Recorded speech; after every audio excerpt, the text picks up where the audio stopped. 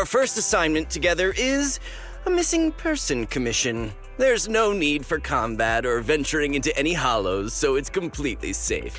Honestly, I can't think of a better way to test your skills.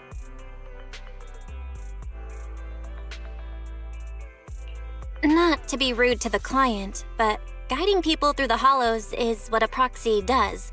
A commission that doesn't even require stepping in one seems kind of pointless for us to handle, right? Don't get me wrong, I'm definitely not trying to pass this off on you. Your ability to navigate the hollow is unquestionable. That's what makes a proxy. But this role involves more than just that, and this commission is a perfect opportunity to demonstrate those other skills. To be honest, the client barely gave us anything to work with, just pieces of info.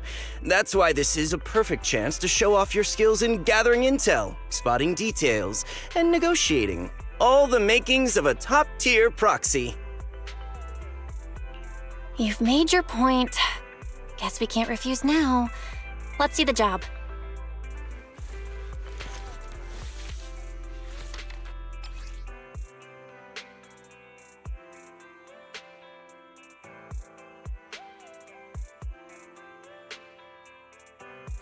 The client has only provided us with these 3 clues. All we know is that the woman in the photo is your target. Just a photo. So even the client doesn't know her name, identity, or whereabouts? And what's the deal with the harmonica and the sheet music? The client doesn't seem to have any more info, though it's possible they just don't want to share. But the client did mention if you get stuck, you should try playing the sheet music with the harmonica. Well then, I'll leave this commission in your capable hands. Keep me in the loop if you make any breakthroughs. Just ping me on Knock Knock. A single photo and a melody. Feels like chasing shadows. Belle, where do you think we should start?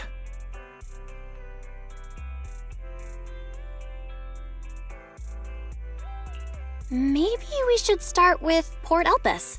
A woman with her eyes covered isn't exactly someone you see every day. Remember when we went to visit the sea? I'm pretty sure we spotted someone like that back then. Remember? I was in a bad mood that day, so you took me to the port to clear my head. We bought some fries, but you were so busy staring at that girl with her eyes covered, a seagull snatched them right out of your hand. Why do you sound mad? Now that I think about it, that woman did look a lot like the one in the photo. I was just a bit distracted. I didn't mean to stare. Next time I'll make sure to watch my fries more carefully. Well, thanks to you, we've got a lead now. Let's head to the port and see what we can find.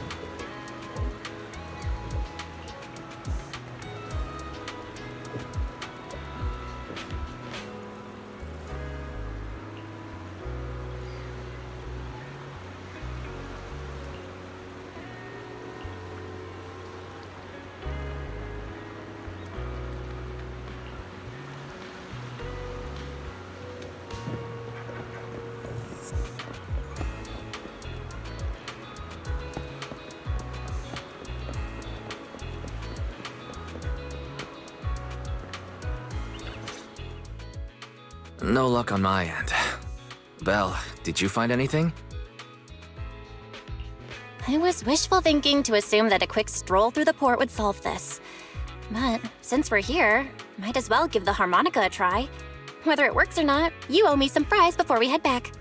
I'll do whatever you say, but Belle, would you mind giving the harmonica a try instead? I'm curious to how it sounds. Wow, you sure know how to set me up. I'm telling you now, though, I can't promise what it'll sound like.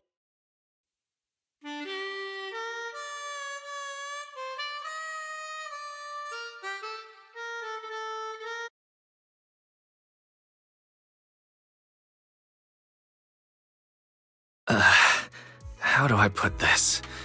It sounds okay once you get used to it. But nothing happened, so I guess we should just get some fries and head back. Excuse me. Were you the ones playing the harmonica just now? Sorry. My sister didn't mean to make such a commotion. We'll just... Wait. You're the one in the photo. Sorry about that.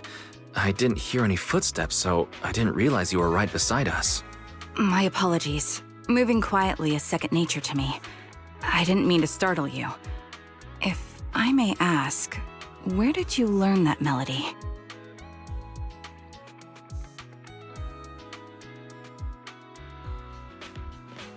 Well, the two of us are proxies, and this song was given to us by a client. We never thought it would actually help us find you. Our client is the one looking for you. Why don't we discuss the details somewhere else? I see. Please lead the way. I'd also like to meet this client of yours. Let's head back to the store. Okay, let's go check in with Shepard. Oh, I almost forgot. Your name is... My real name. I haven't used that in a long time, but I do have a code name. You can call me Charon.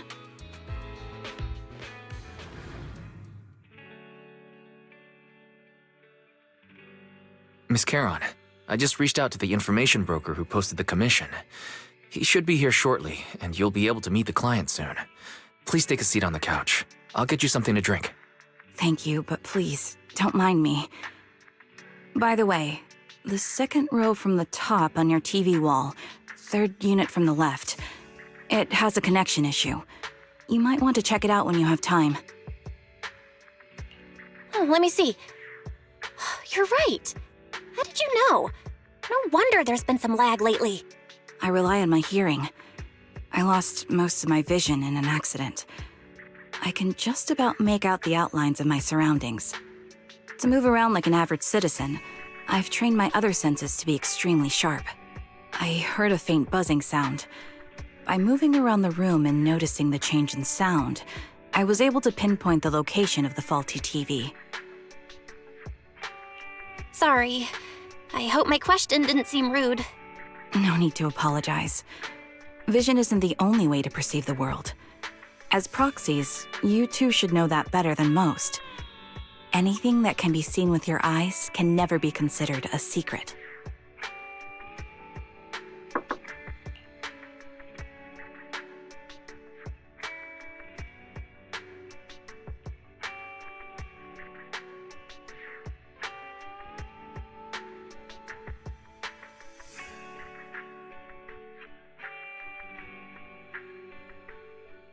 It's me again! You two found the target already? Wow, Faithin, you guys are incredible. If you're...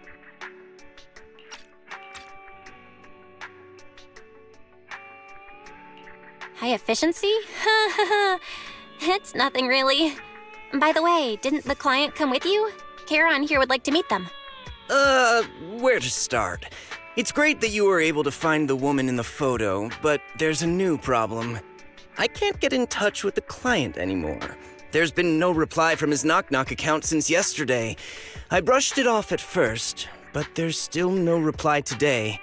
Just when I thought he might have skipped town, his account suddenly sent me a location, the edge of a hollow. Who sends something like that in normal circumstances? Based on what you've said, there's a good chance the client encountered some trouble involving the hollow. Still, it's too early to say for sure. Either way, I'll keep trying to reach the client. I hope he's alright. Let's stay in touch for now. We won't be wrapping up this commission for a while. Sorry, but I overheard your conversation. Could you share that location with me? If I investigate the Hollow, I might pick up some clues. You're Miss Charon? No offense, but the Hollow isn't somewhere just anyone can waltz into. Without a carrot or combat personnel, it's a death trap. You should wait. I'm a soldier. I served with the Eridu Defense Force under the Chrysoberyl Division. Even after retiring, I've made countless trips into the Hollow. You can trust in my combat skills. The heart rates of you and the two proxies here seem to have just spiked. Don't worry. My military days are far behind me. I have no current ties with them. As for getting into the Hollow, proxies, can I request your assistance? I don't know anyone else who could guide me. I'll pay the commission fee as best I can. If you don't want to be involved, that's fine. I'll think of something. We'd like to find the client ASAP too. I mean, who's gonna cover our commission fee otherwise? Besides, if we said no, you'd just head into the Hollow alone, wouldn't you? How did you know? So that was your plan? You just remind me of how wise and I used to be. So desperate to find someone that we didn't even care if we were ready or not. Well, since Miss Charon wants to continue to investigate, I'm willing to act as the proxy for no additional fee. You can relax, Shepard. I see. That works for me. With the client still unreachable, my hands are tied. Please, look into the Hollow, and be careful. I'm really sorry for troubling you both. Finding this client is very important to me, so I may have acted a bit out of line just now. No worries. Seeing how determined you are to find the client, we couldn't just sit by and do nothing. Let's work together to find them.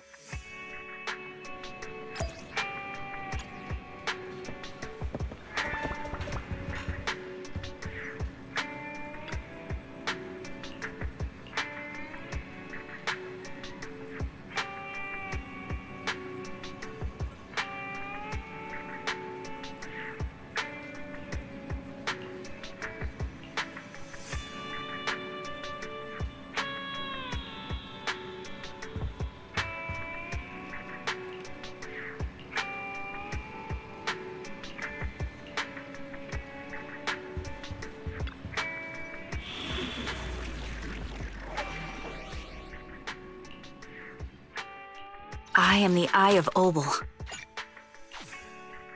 I've got your back. Only the brave. I am the Eye of Obel. We fighting? Take me.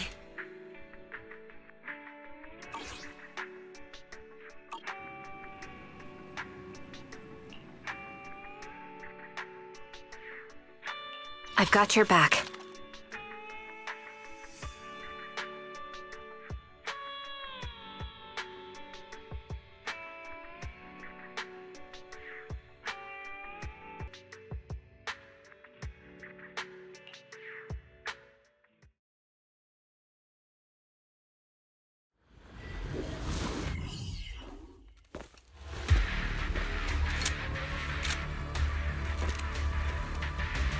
Miss Charon, I need some time to calculate the Hollow route.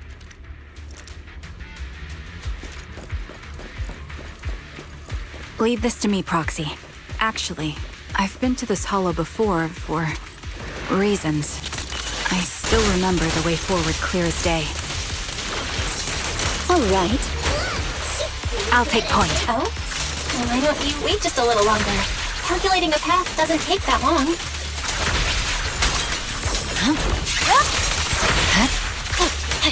It'd be more efficient to retrace a path I've already... The path ahead. It should be right around here. I wasn't here too long ago. Adjusting for 1 moment, Sorry for being so presumptuous, Proxy. I got ahead of myself and made things difficult for you. It's no trouble. There's a fissure nearby. We can use it to get back on the right path.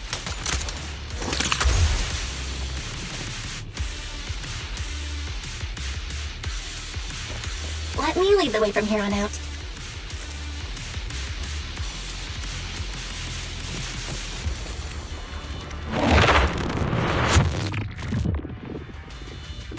Wait, Miss Charon. How are you so fluid when you move and fight?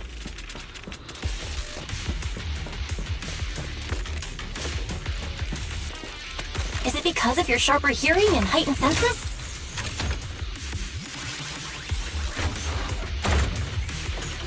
That's one part of it. In fact, my eyes gained some unique abilities as they changed.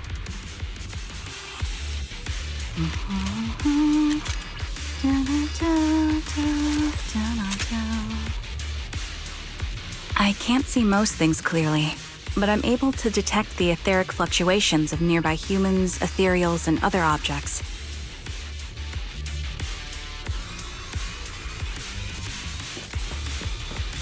I call this ability ether vision.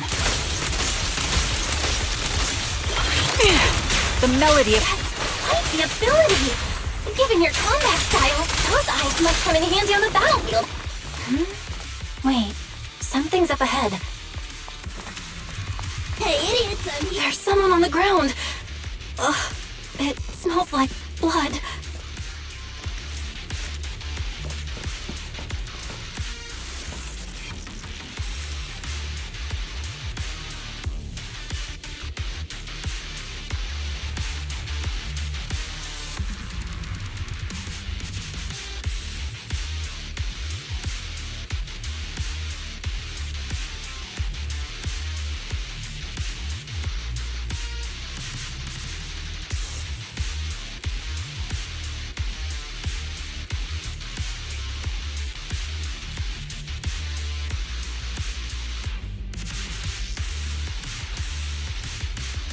What could have happened? Who did this? Given the depth of the wound and the caliber of the bullet, the killer was a sniper, just like me. Proxy, stay vigilant and get behind me. The killer may still be nearby.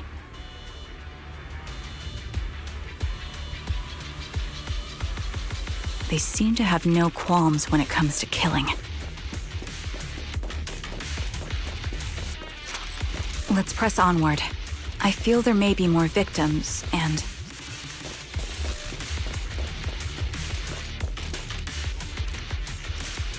I hope nothing's happened to the client. The surrounding ether levels have significantly increased. What's going on? Hold on. Let me find what's causing the ether level increase. Up ahead, there are multiple devices leaking ether non-stop. Increased firepower. Fine. Those are high-pressure ether storage tanks, filled with highly concentrated ether. As soon as the valve is opened, the ether will flow out at a fixed rate.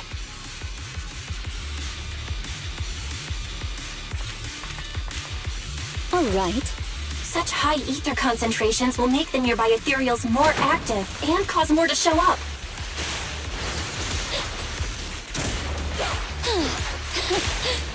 Charon! It'll be dangerous if we keep moving forward. Understood. These storage tanks are high-risk items manufactured by military-industrial companies. They're rare, even on the black market. Take your beating!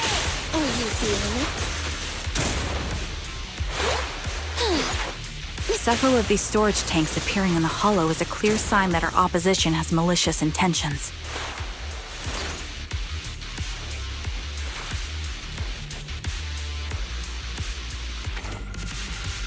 Let's find a suitable sniping position and disable the...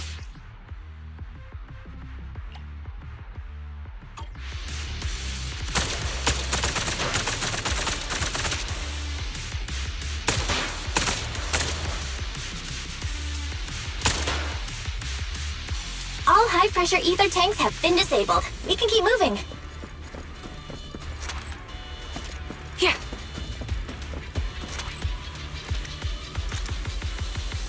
Wait, Charon. I'm detecting 4 life forms up ahead. Let's go take a look.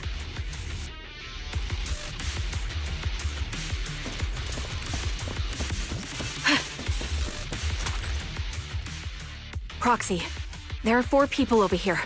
They're all still alive. I'm not detecting any ether fluctuations from any other life forms nearby. Great, that's a relief. Charon, can you confirm their condition? Confirmed. One is seriously injured. A bullet pierced their lung. The other three? No internal injuries, just a few minor wounds. They're all unconscious. The one with severe wounds. His etheric fluctuations are nearly completely gone. He's beyond saving. Who are you? Help me. It hurts. So cold. I don't want to die. There must be something we can do. I'll contact the hospital, and we can get him out of the hollow. His internal organs are ruptured. He'll bleed out long before we can get him out. No rescue team can beat the clock when life fades this fast. Am I dying? I just want to go home.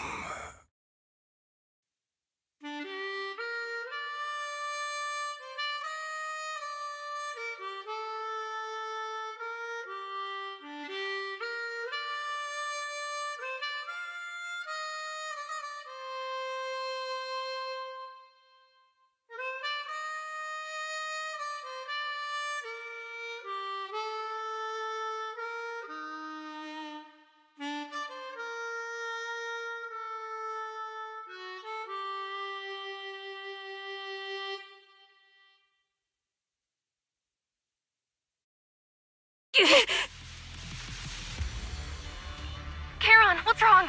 It looks like you're in pain. I'm fine, don't worry about me. As I mentioned before, these eyes of mine have their uses, but they bring just as much inconvenience. The rejection reaction you saw just now was one of them. Staring into death. It's not something I handle well. My head. Where am I? Who are you people? I remember now. There was a madman, a lunatic who tied me up and dragged me into the hollow. You're not. I'm not the lunatic you're talking about. Can you stand?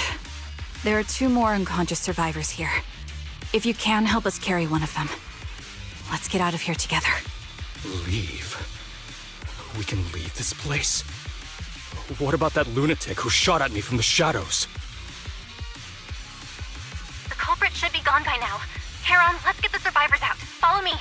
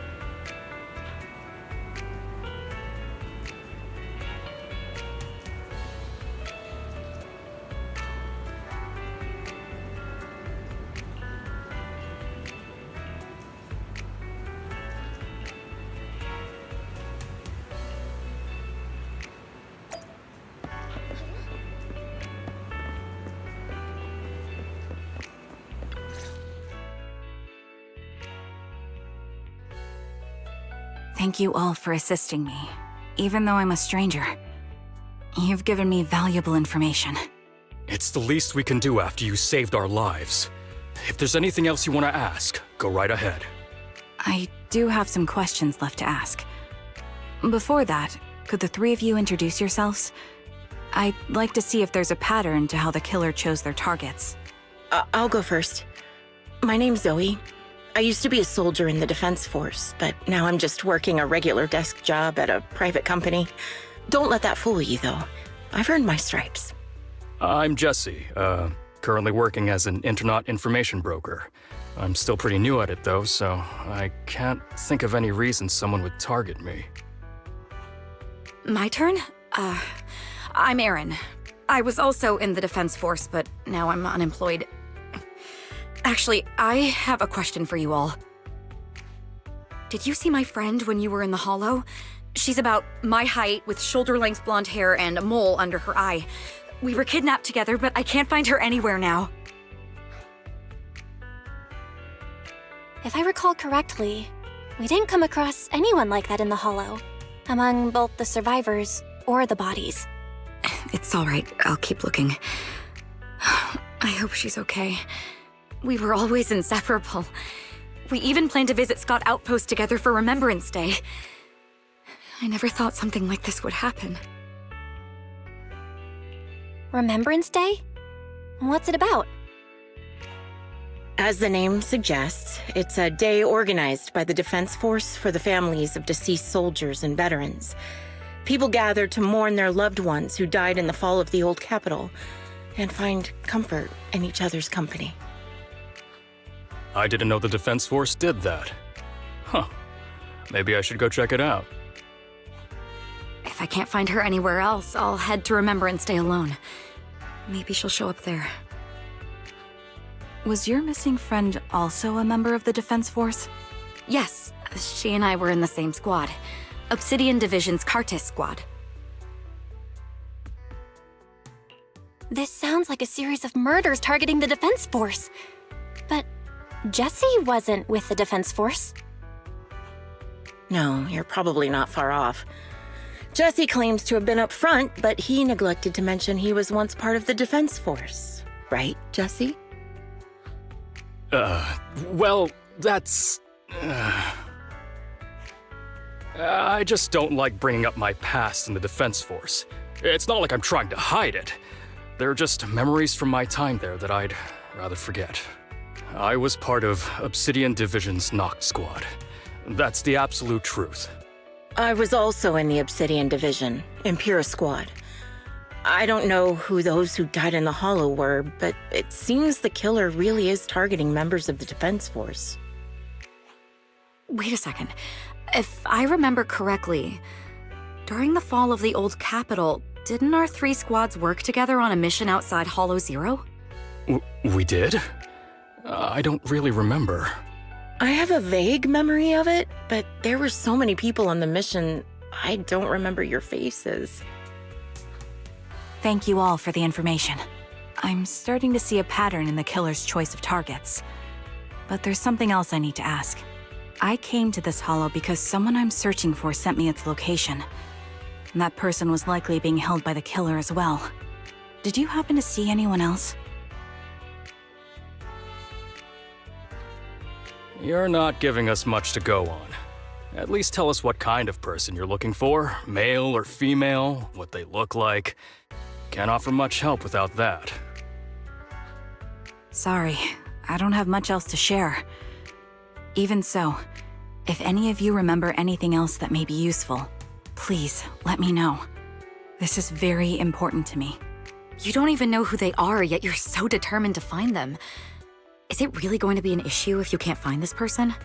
Maybe. I've been searching for someone for a long time. They might be the key to achieving my goal. I see. Whatever happens, I hope you find them.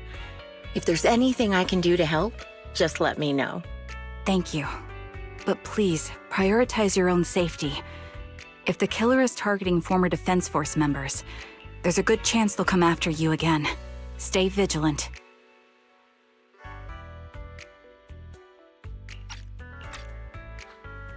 Of course. Once I've checked out Remembrance Day, I'm locking myself in my room and throwing away the key.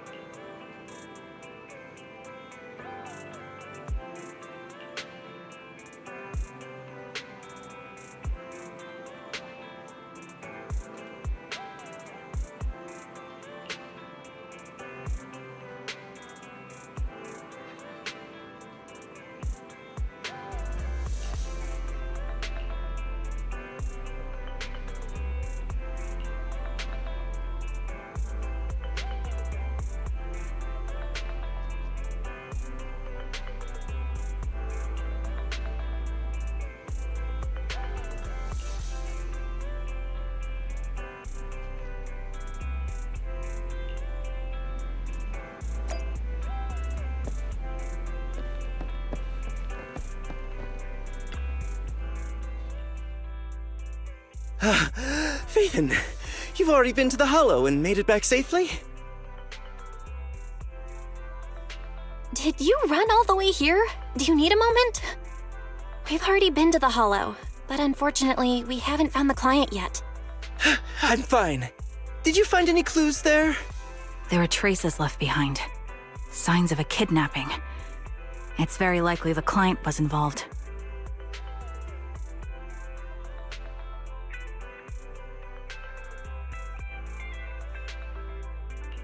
Yeah, it seems the client was kidnapped, brought to the Hollow, and later moved again. We are still looking for clues.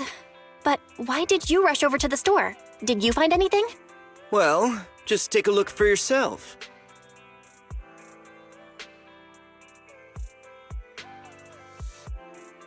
I checked a map of New Eridu. This spot, it's another Hollow entrance.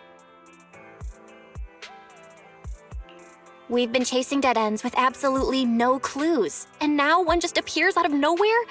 Something smells fishy here. You're sure it's just a disappearance for now and nothing more serious has happened, right? If that's the case, the situation is still manageable. No matter how shaky the clue is, let's keep investigating.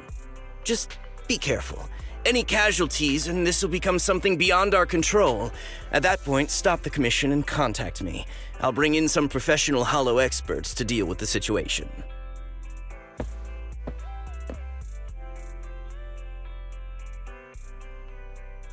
Thank you for not revealing what really happened to that information broker. Don't mention it. But I have to ask, why are you doing this? Calling for help might have been the safest way to handle the situation. The killer is a sniper who has no qualms about taking lives. Judging by the victim's injuries, it's clear they know how to deal a fatal blow and how to inflict pain without causing death. Most Hollow Raiders lack experience dealing with snipers.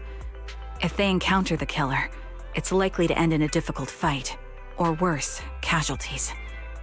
And besides, asking for help from others would only delay the search. The client is at risk right now, so I think we should follow the clues and enter the Hollow as soon as possible to ensure their safety.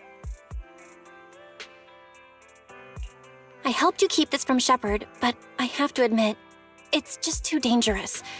What if this lead is a trap? Who even knows who's really behind the client's messages anymore? I understand, I really do.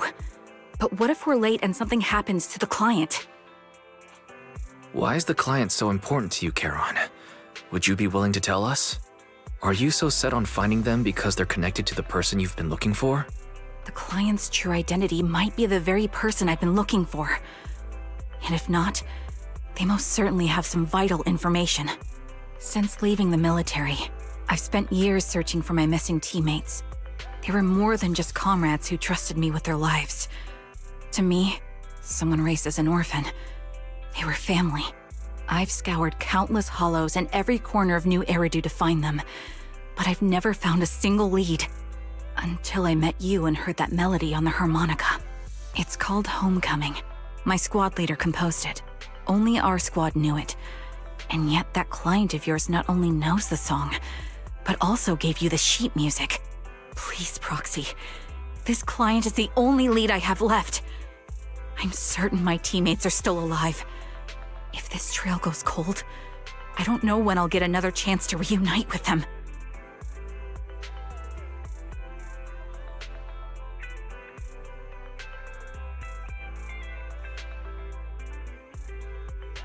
I get how anxious you must feel. Let's face this together.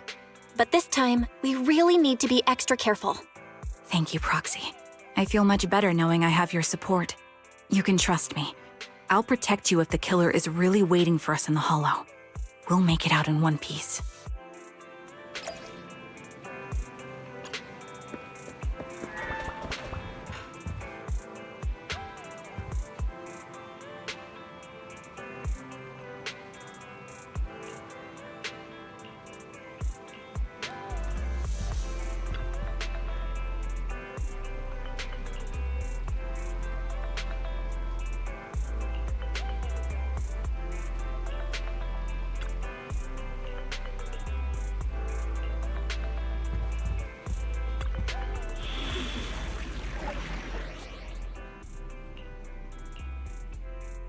I am the Eye of Obel.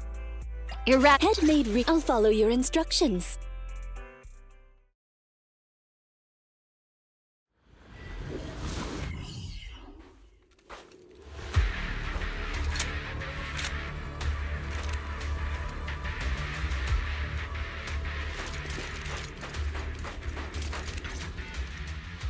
Proxy, look at this.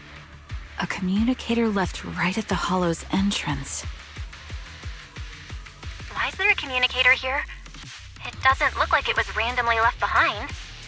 There's hardly any dust on its surface, which means it was only placed here recently. It looks like someone wants us to use it. Oh, such decisiveness. Following random location info without even thinking twice. I'm glad, Sniper of Liar Squad. Who are you? And by Sniper of Liar Squad, are you referring to Charon? Sniper. Or should I say Charon now? Haven't you shared your past with our dear Proxy? If introductions aren't your strong suit, I'd be happy to show you how. You can call me Grim Vulture, the one behind this string of murders. You see, I've been working my way down a list, crossing off names.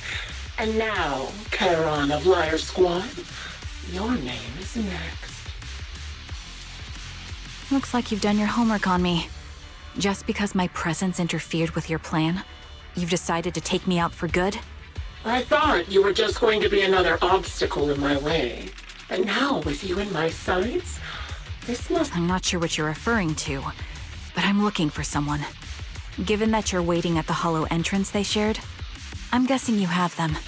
If you hand them over, perhaps we can make a deal.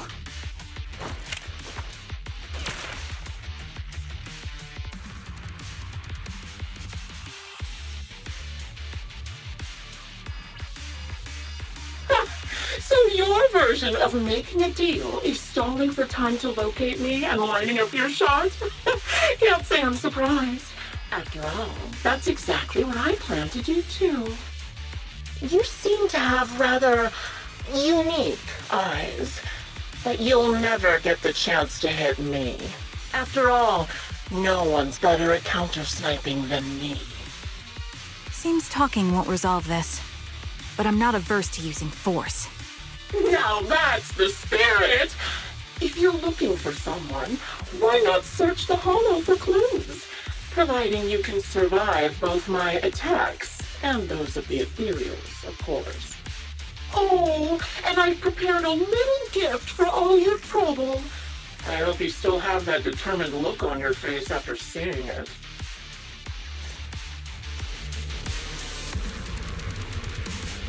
Yeah.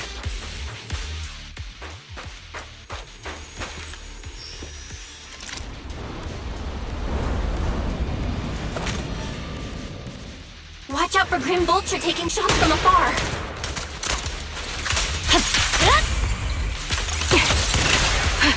Adjusting. Is there nothing we can do? Yeah. I found a box. Something feels off about it.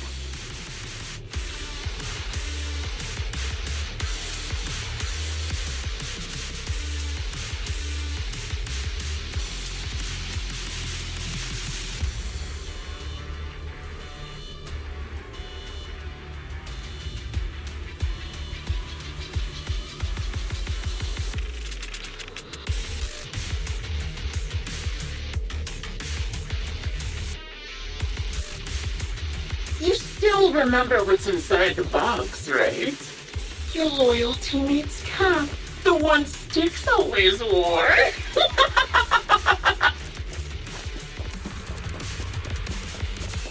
Curious as to how he died? I'll tell you.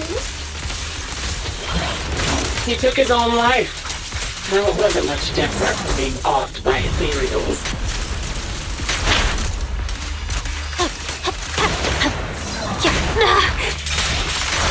Ethereals had almost completely taken over his body. He was being corrupted, covered in ether crystals. His corpse almost fully formed. He didn't want to become an ethereal, so he raised the cannon he was oh so proud of, with just one last shell inside. I'll take point. And just like that, obliterated both his core and his heart. Another high-pressure ether tank.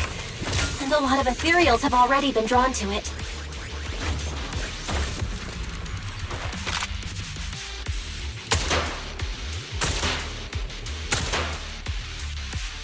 We did it, Proxy. Let's keep moving. I want to catch that murderer as soon as possible.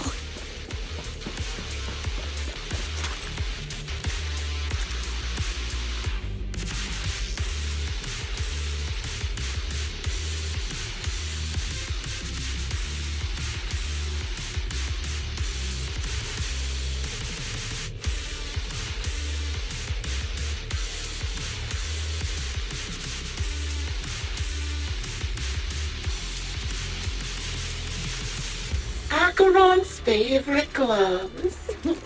It wasn't easy getting my hands on them. As expected of such a famous, beautiful commander, even her gloves are stylish. I'm ready. Go now, child. Such a pity. In the end, both her hands were missing. Oh, don't you think that's a shame, little sniper? Don't hesitate. Evasive formation. Such beautiful hands. They could no longer hold it. Ethereal's gnawed off her arms and part of her leg as well.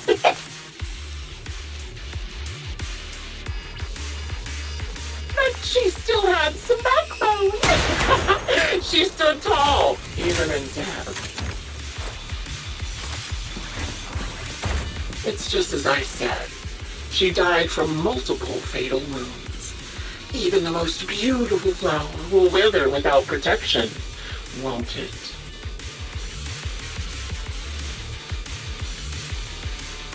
Now, do you think I'm telling the truth or a lie this time? How long do you intend to keep up this game of cat and mouse? Yeah, recalibrating. I'll be coming to your hideout soon.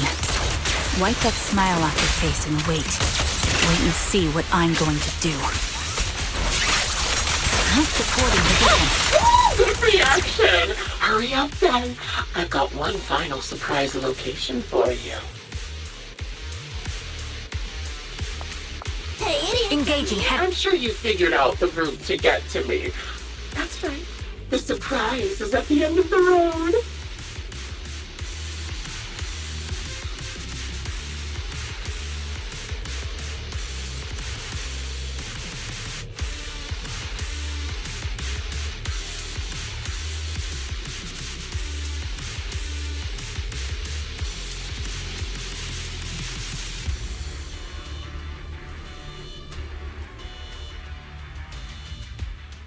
Congratulations! You found the third box. Inside is... Who was it again? Oh, right. A piece of bloodied fabric from Cocytus's clothes and some damaged engineering gear stained with Leafy's blood. There weren't enough boxes, so I had to cram them together. They're just a medic and an engineer, not exactly combat material, right? Surely you're not mad, are you?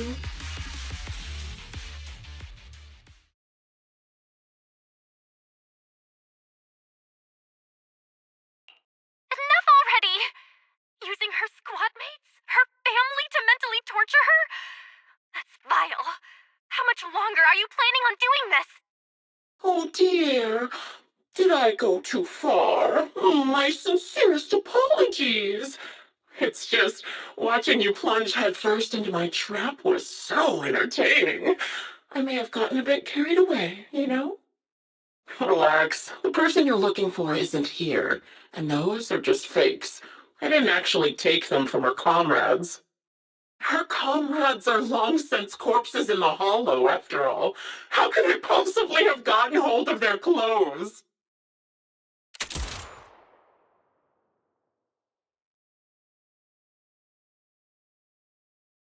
A decisive strike to be sure.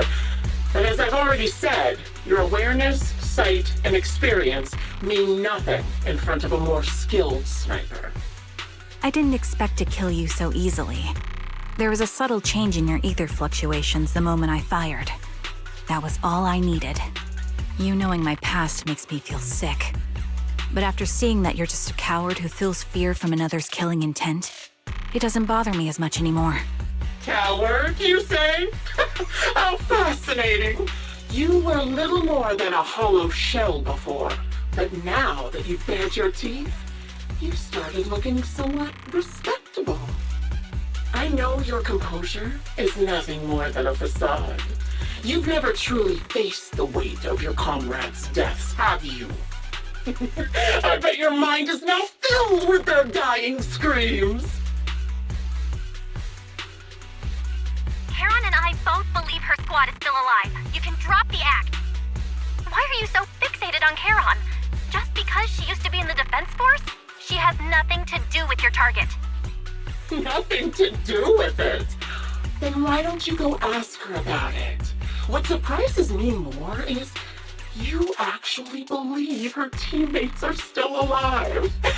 Don't tell me she dragged you into all this danger without telling you anything. Shut up. If she won't tell you, I will. Those so-called alive squad mates of hers went missing during the fall of the old capital. I'm sure you know exactly what that means. When the old capital fell, countless Defense Force soldiers were either killed by ethereals or became them. The surviving soldiers, struggling to defend themselves, never had the opportunity to carry their comrades' bodies out of Hollow Zero. Obviously, her squad mates, the members of Liar Squad, were among the dead. But since their bodies were never found, she insists they're still alive, even going as far as to deceive her own proxy. It's laughable. I didn't lie to the proxy. They're alive. I have proof. Someone like you could never understand. I could never understand? You think it's hard to understand your childish thought process? If you really have solid proof, why not tell me? Come on, let's hear it! My eyes. I lost nearly 90% of my vision during the fall of the old capital. But in return, I gained the ability to see what others can't. Every second of every day for years, I've seen my squad mates. Not as fleeting shadows, but vivid and lifelike. They've never disappeared. They're alive, waiting for me to find them. Why else would I have been given these eyes? That's your proof? Did you hear that? Proxy hiding in the bamboo. She spent years chasing after people who couldn't possibly exist, all because of some ghostly visions. You'd rather believe those visions of your teammates are real-time projections than accept that they're dead. What if I told you the way I described their deaths before was the absolute truth? Will you finally face reality? Or will you keep fooling yourself, believing in ghosts? I guess you'll keep deceiving yourself, because that's how you survive. I'm not lying to myself. I really want to find your squad mates who have been missing for years and were officially declared dead? You couldn't protect them when the old capital fell, and now you're just making up stories to fool yourself. To give yourself some so-called reason to go on, to latch on to any stupid excuse. You're just a selfish, naive coward who did nothing and couldn't do anything when your comrades were dying.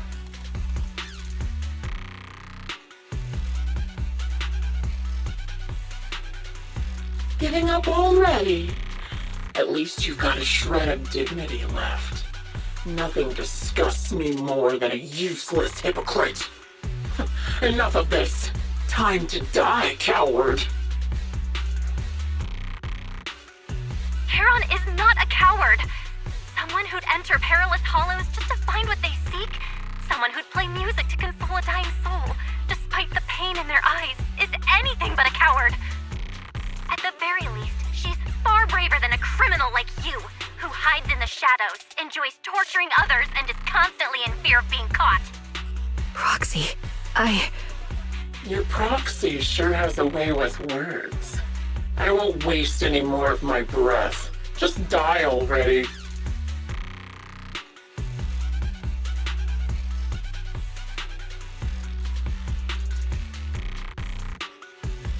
I've completed analysis of the surrounding fissures. Charon, snap out of it. We can use that fissure to escape. Fissures? When did you... Oh, still trying to play tricks.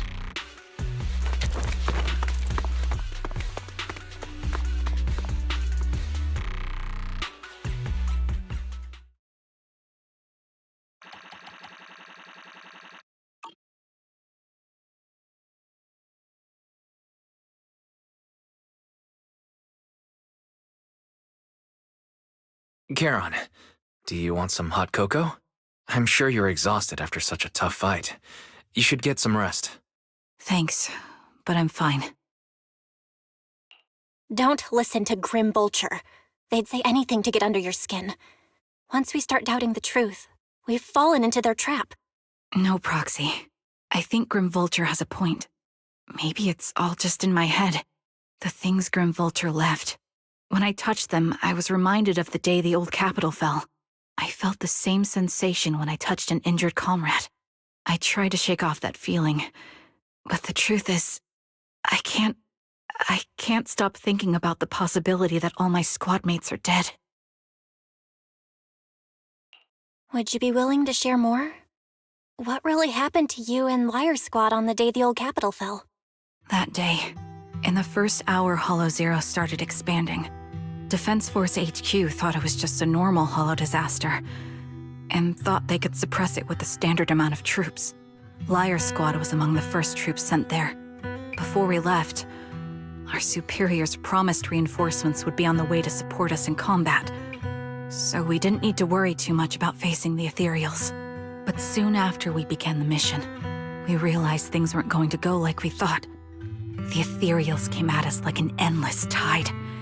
The Hollow expanded beyond control, and more importantly, the reinforcements never came. The Defense Force troops outside the Hollow soon realized this was no ordinary disaster.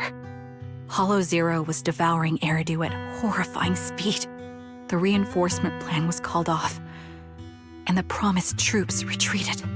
Honestly, even if they had come to help, it wouldn't have changed anything. I watched as members of the advanced force around me died one after another, or were corrupted into ethereals. Our squad slowly lost the strength to maintain formation. I was a weak point in our formation. An ether shot fired by an ethereal hit my eyes, corrupting them. Because of that and several other wounds, I shortly lost consciousness. I'm not sure how long I was out, but just before losing my vision, I briefly regained consciousness. The last thing my eyes saw was my squad mate standing in front of me, looking back. When I woke up again, I was already back at base. The higher-ups detonated the Shiryu pillars, and finally managed to bring Hollow Zero under control. I don't know who rescued me from the Hollow, but none of my squad mates had made it out. For some reason, the image of my squad mates being the last thing I saw has stayed in my mind. It must be some kind of sign. A sign that they're still alive. Don't you think? They must have continued fighting after I fell unconscious, eventually getting lost in some hollow and losing contact with the main force, left to wander between the various hollows of New Eridu. That must have been what happened, right? The Defense Force? Civilians? No one believes me. So I decided to find them myself. The reason behind these eyes, it's got to be to guide me to finding them still alive. Am I wrong, Proxy? Are these eyes pointless? I knew that's what you thought. Interpreting what my eyes see as proof my squad mates are still alive is just wishful thinking. But if they're really gone, why would I have been given these eyes, which bring nothing but pain? If they're truly no longer alive, how can I apologize to them in person? Tell them I'm sorry. Sorry for being so weak. Sorry that I failed to protect them. Their faces are all so blurry. I can't see their expressions. I can't even bear to look at them. If their final look at me was filled with resentment and disappointment, I wouldn't know how to handle it. Kiran, listen to me. Even if everyone else thinks you're wrong, Wise and I will never dismiss your determination to find your squad mates. You don't need to make any justifications, because someone close to us is missing too, and we desperately hope she's still alive. Even if the whole world doesn't understand, we will never give up. But I also think being consumed by this obsession, unable to move forward, that's not what those who matter to us would want. Belle is right. Listen, Charon, you're such a kind person. Maybe that's why you feel responsible for protecting everyone and blame yourself when you can't do enough. But you don't have to carry it all on your own. Yeah, right now, the best thing you can do is trust us. We can be sure that Vulture hasn't killed the client yet. As long as we have that lead, there's still hope. We'll support you. No one can dismiss your determination or will. No matter how things turn out, we'll stand by your side and we'll face it together. Proxy, thank you. I feel better now. At the very least, I want to keep investigating. I'm not just going to stop here.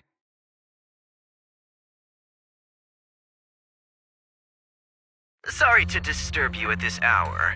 Did you go investigate that new hollow? How's it going? Oh, never mind. The client just shared a new location with me on Knock Knock. They're pretty eager, huh? Which hollow is it this time? No, it's not a hollow. If I'm reading this right, this location is Scott Outpost. Scott Outpost? Isn't that managed by the Defense Force and White Star Institute? What's Grim Vulture up to? It's Remembrance Day. Don't you recall what Aaron said before? They're holding an event right now, and the place will be open to the public. So, they're not trying to lure us into a hollow this time. What's the deal? Are they trying to taunt us? Whether it's a provocation or a trap, I'm not missing any chance to face Grim Vulture. Proxy, will you go with me?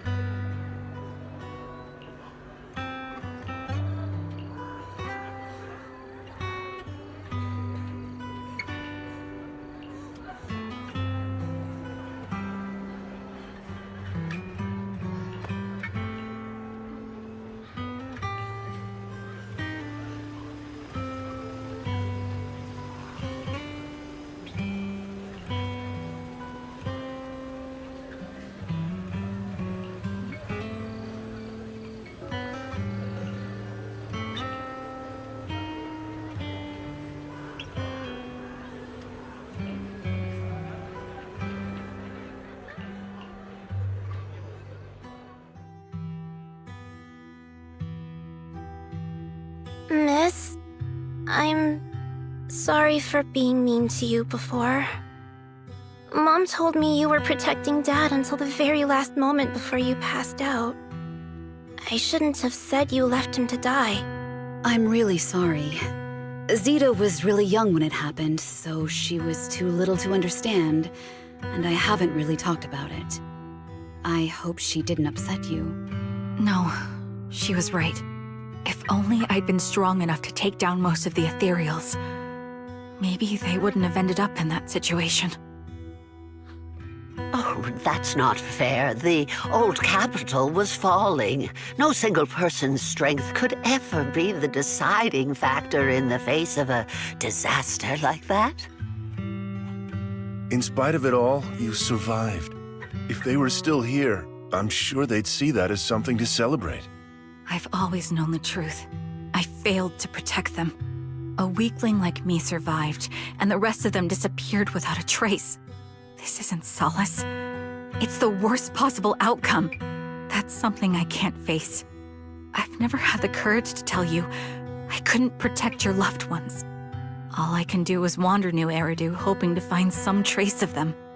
Even after all this time, I still haven't accomplished anything. I'm sorry. You really don't know us at all. This isn't the worst possible outcome by any means. Styx, my husband, and all his comrades who lost their lives, each one of them left behind their own legacy. Just look all around you.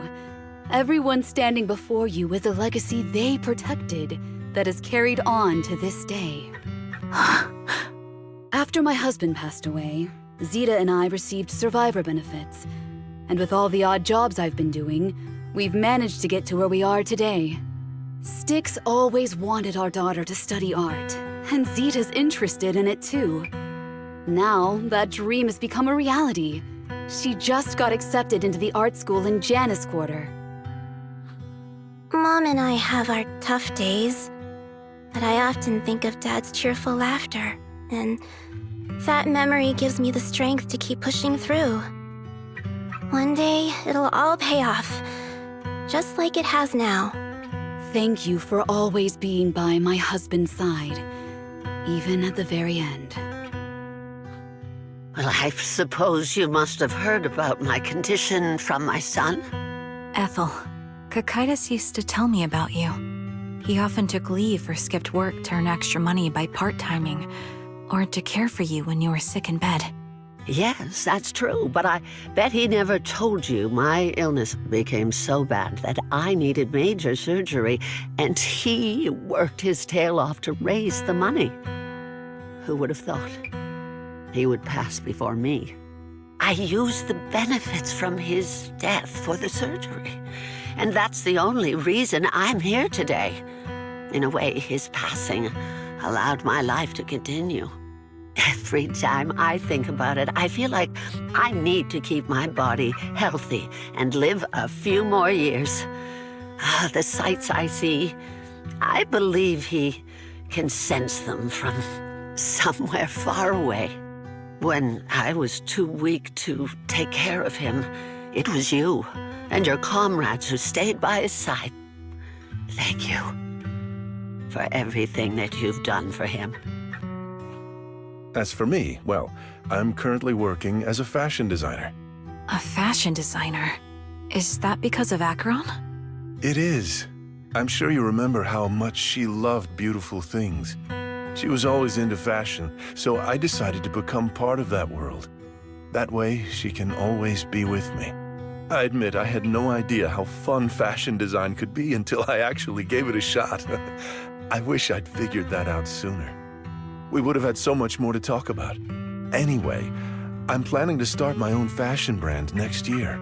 She used to say that after retiring from the army, she wanted to pursue fashion design. I really want to carry on her dream. It feels like my life's purpose. You know, she used to talk about you when she came home for the holidays.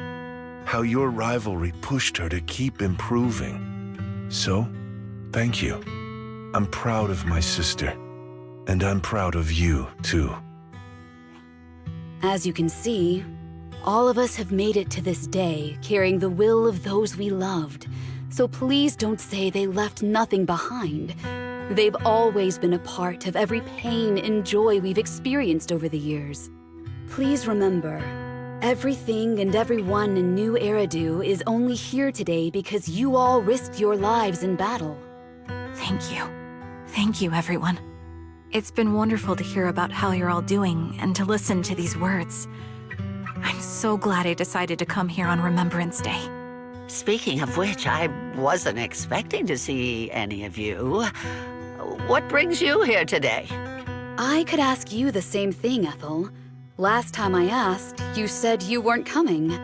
I only came because I suddenly got a DM from Nathan. He said he really wanted me to be here. I'm here because of Nathan's message, too. He was pretty insistent, so I thought he'd be here. But I've been looking around for a while now. I still haven't seen him. So it's the same for all of us. I responded to his message, but he never wrote back. Isn't that strange? Sorry, but who's this Nathan you're talking about? Nathan is Lethe's younger brother. Frankly, out of all of us, he's probably the one who wants to see you the most.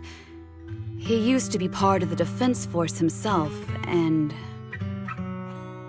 The day the old capital fell, his squad was responsible for supporting the forces that had already entered the Hollow, which included all of you. He's told us that story so many times. When they saw how bad things were in that Hollow, some of the reinforcements called off their plans and pulled back. He tried to stop them, but there was nothing he could do. He always blamed himself and wanted to find you to apologize. But the truth is, the reinforcements retreating was inevitable. Shortly after their retreat, headquarters issued the official order. We all lost someone in that disaster. And for a while, we resented the reinforcements for their decision. But over time, we came to understand it, and we eventually let it go. There was no avoiding casualties in that battle. In hindsight, it wasn't wrong for headquarters to prioritize saving their strength. May I ask what the name of Nathan's squad was when he was in the Defense Force? The Impera squad of the Obsidian Division. Is something wrong? Nothing. It's just... I think I might have stumbled upon the answer I was looking for.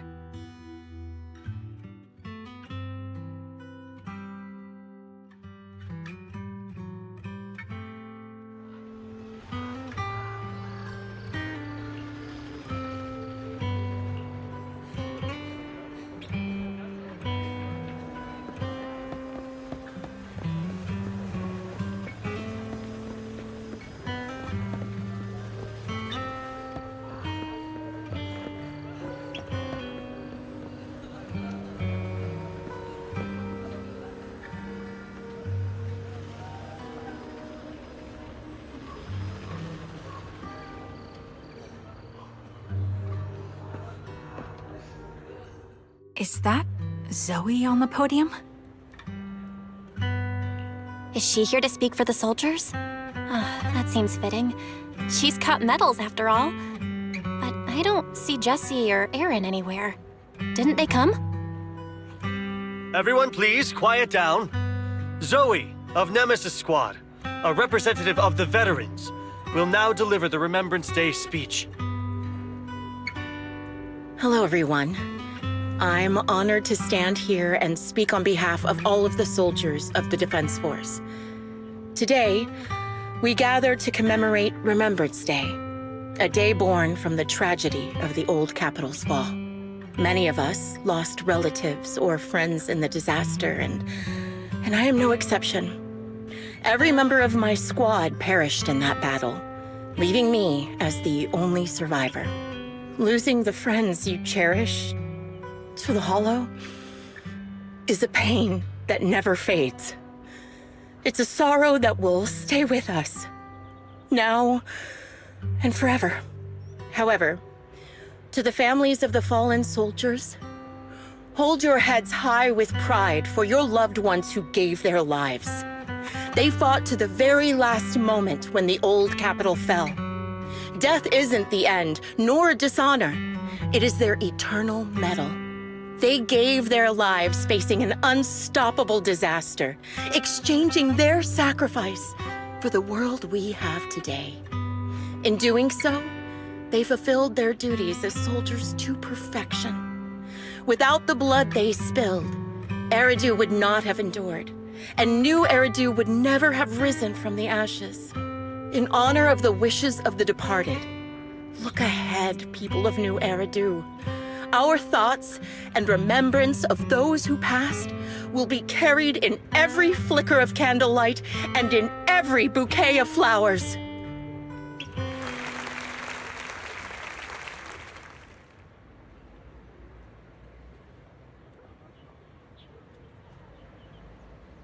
My speech was meant to end here, but since you all seem quite engaged, please allow me to share a little more. The reason you all agree with what I've said is because it offers a way to step away from the pain. That's what the living do. They seek ways to ease the weight of others' deaths so they can find a way to start over. This is the new Eridu of today. A huge disaster consumed the old capital, and the people who survived it keep saying things like, treasure the moment and start fresh to numb themselves, hoping to forget the nightmare. No one talks about the soldiers who gave their lives in Hollow Zero. No one asks why they had to die. The brave gave their lives battling the ethereal onslaught, while the weak survived. This is a new Eridu, built by weaklings. Its order founded upon their way of thinking. Your applause makes me realize you all accept this logic. Each of you had loved ones who sacrificed their lives in the fall of the old capital. And now, you're thankful that someone has encouraged you to move on from them. What meaning does the sacrifice of those who died have if you all choose to forget? Have you never thought about why your own loved ones had to die? And why no one is responsible for their deaths? Miss Zoe, there's not much time left for your, Open your eyes! I'm speaking to those who have lost loved ones! If death is the medal for the fallen, then pain is the cross the living must bear. If you fear its weight and run from the suffering, the soldiers will never find peace in their eternal rest. To tear the wound open once again, so you'll never forget the searing pain. That's the real meaning of Remembrance Day. I don't agree.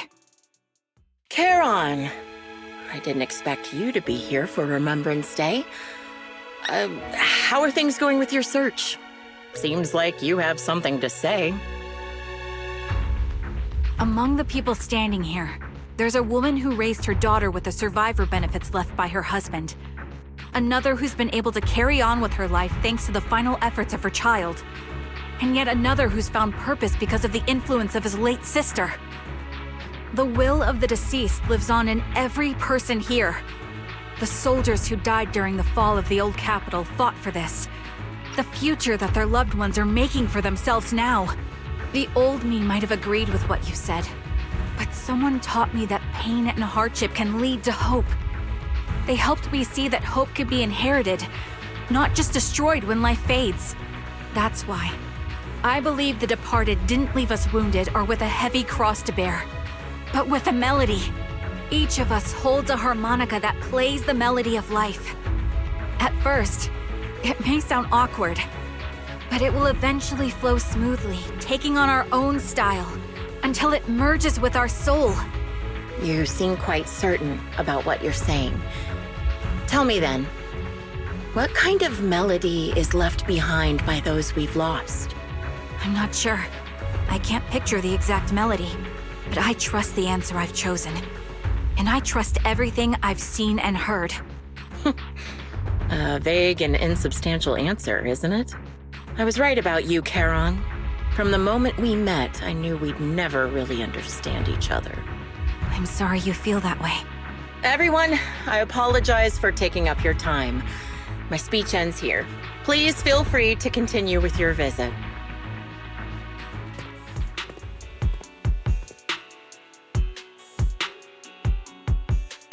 What do you think, Proxy? Something was definitely off about her just now. And the things she said, I'm starting to get a really bad feeling about this. You mean about her real identity, right? Looks like we're on the same page. Shielded by her identity as a decorated soldier, she seemed pretty confident that we wouldn't confront her directly on military ground like at the outpost. She arrived so brazenly and left without a care. If I'm right about this, she'll be trying to contact us again in no time.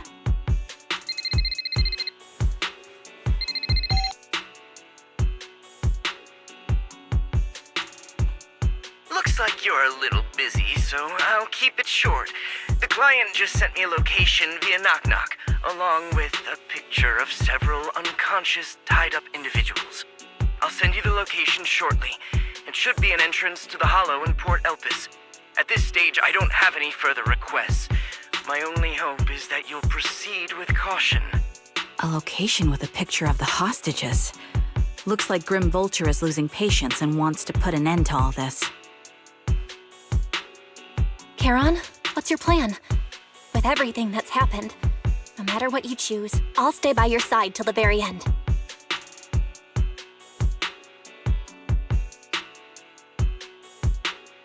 I've made up my mind. Proxy, please accept my official commission. Help me venture into the depths of the Hollow to rescue the client and any other hostages. It's time to put an end to this.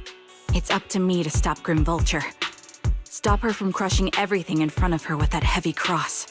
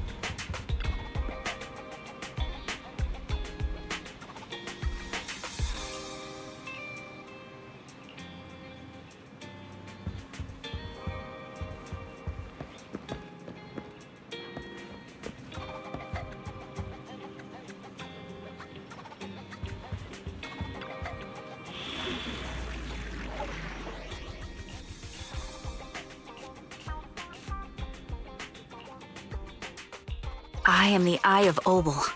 Your head maiden. I'll follow your instructions.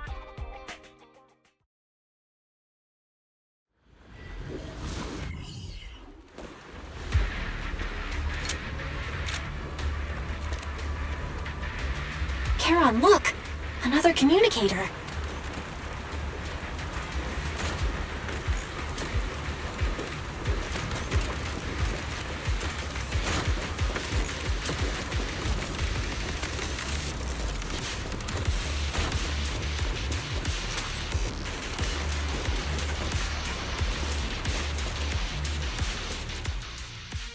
Another communicator. It's a bad habit for a sniper to be so talkative. Oh, really? I think it's rather good for my mental health to witness in real time how my target becomes desperate and gives up their struggle. Do you really still need to disguise your voice? I thought you didn't want to hide anymore, Zoe. You're right. Seems there's no need for secrecy anymore. I, Zoe, the sniper known as Grim Vulture of Nemesis Squad, send you my regards. Zoe. No. Grim Vulture. You, like me, were one of the advanced troops deployed to suppress Hollow Zero right after the fall of the old capital, right? Noct, Cartes, and Impera Squad. So far, all the victims had been members of these squads. They were initially supposed to enter the Hollow to reinforce the advanced troops. Nemesis, your squad, lacking reinforcements, lost everyone except you in the fall of the old capital. You blamed their deaths on the absence of reinforcements and sought revenge on them. That's my conclusion. Just like me. The fall of the old capital left you entirely alone. A sniper, the sole survivor, a mere pawn abandoned by the military. Don't you think we're very much alike?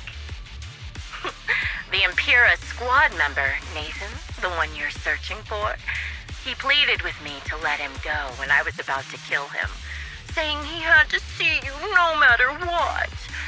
That's how you caught my attention. I let him live to get all sorts of information on you. I was so curious about you that I even set a trap, disguising myself as a victim to get closer to you. It turned out we share the same story. We even got the same PTSD symptoms.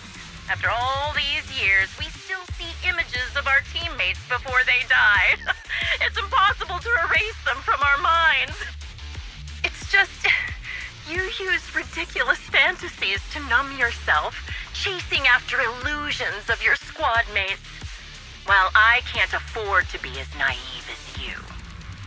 One night, when I was overwhelmed with the unbearable images of my comrades' deaths, vomiting and crying, I finally realized the meaning behind their appearance before me.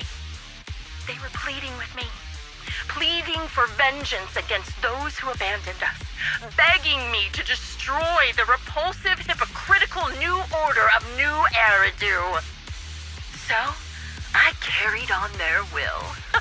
I began kidnapping targets and sniping them in the Hollow, watching as they became corrupted and died in despair. Do you really think this is what they'd want?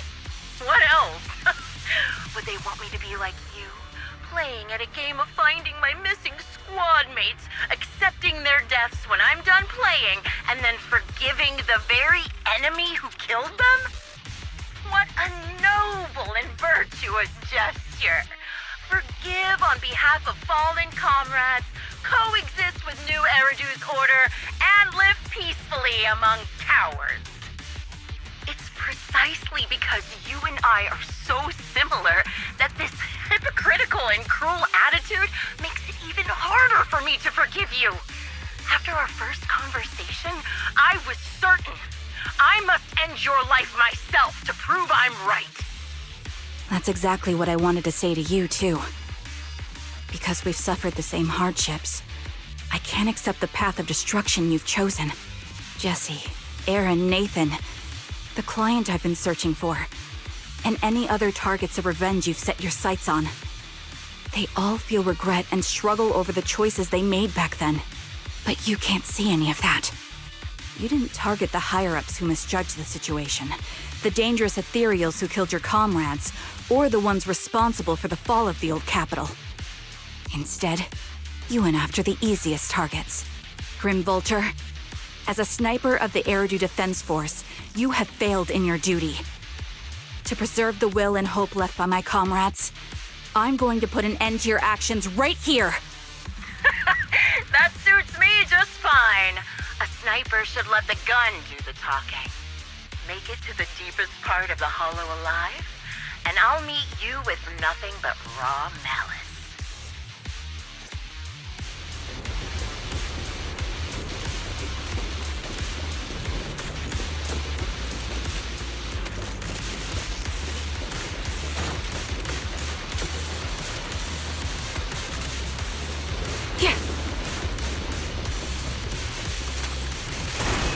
Since you made it here, let me reward you with a few things you don't know. Nacht, Cartus, Impera, and many other squads.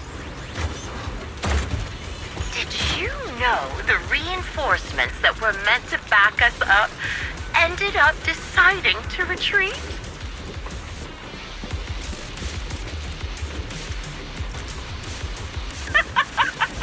Relying on a show of hands to vote, isn't that ridiculous? Our lives were discarded in such an absurd way, like a kindergarten election for class monitor. Yeah. So, when I killed them, I employed the same method.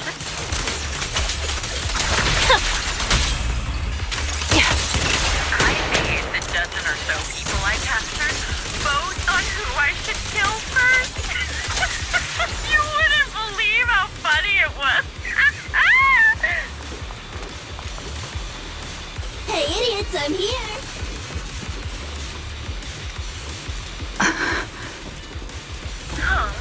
Jesse and Aaron, do you have them too? Or are they already? You still care about them? Or should I say... It looks like I haven't made enough of a threat to your life if you still have the time to worry about them.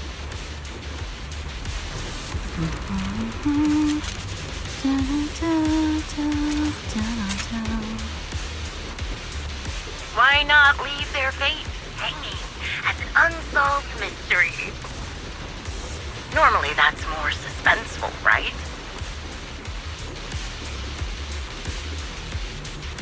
In any case, when you stumble into the underworld with your insides spilling out, you'll see the two of them.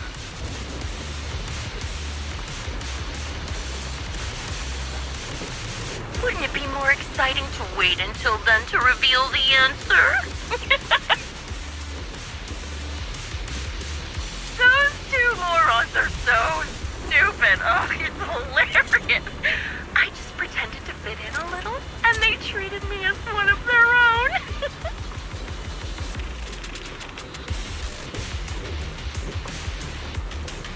They had their guard up, but they never thought to watch out for me.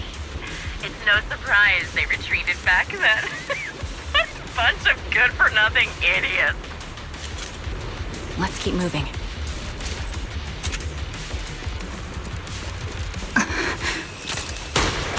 Adjusting for wind. You're in my sights. Weakling.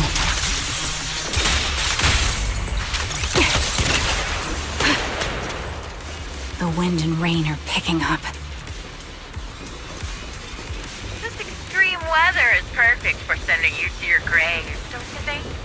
No one will hear your screams and cries as you die.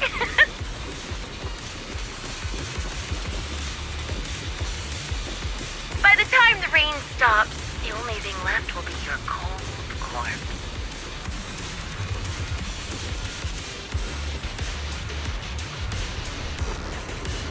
I wonder, do you remember the weather on the day the old capital fell?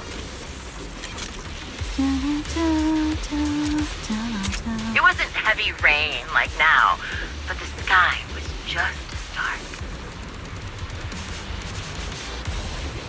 Both your teammates and mine, they all perished in a place like this.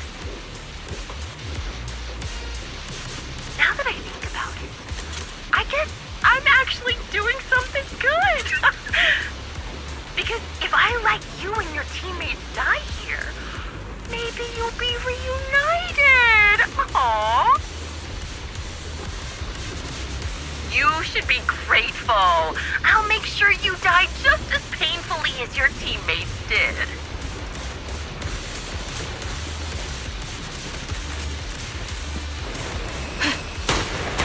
Recovering Vulture. Are you in pain? Don't you get it? I'm the one in charge of this conversation. I haven't given you permission to ask questions. I can sense your suffering. It's... Shut it.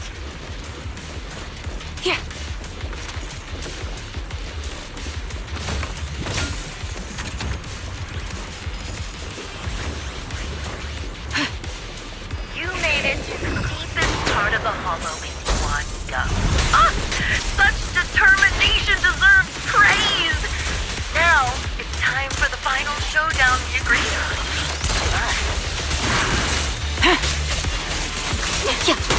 But really, foolish is the only way to put it. What sniper would ever confront their enemy head on? Fire support ready. I've prepared a little gift for you. I made this dangerous material by abducting and corrupting a high-ranking officer.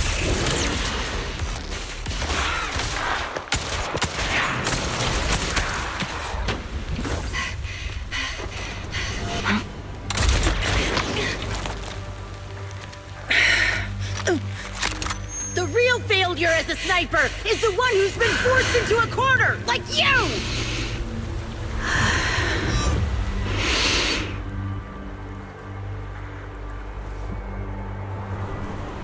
The wind. It's shifting.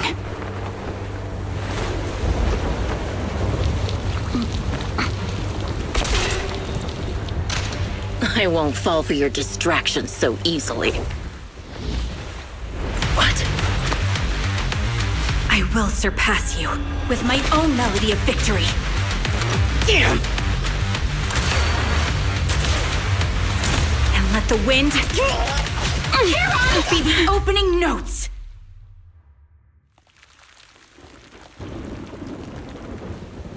Charon? No! Wake up! Charon! What's this?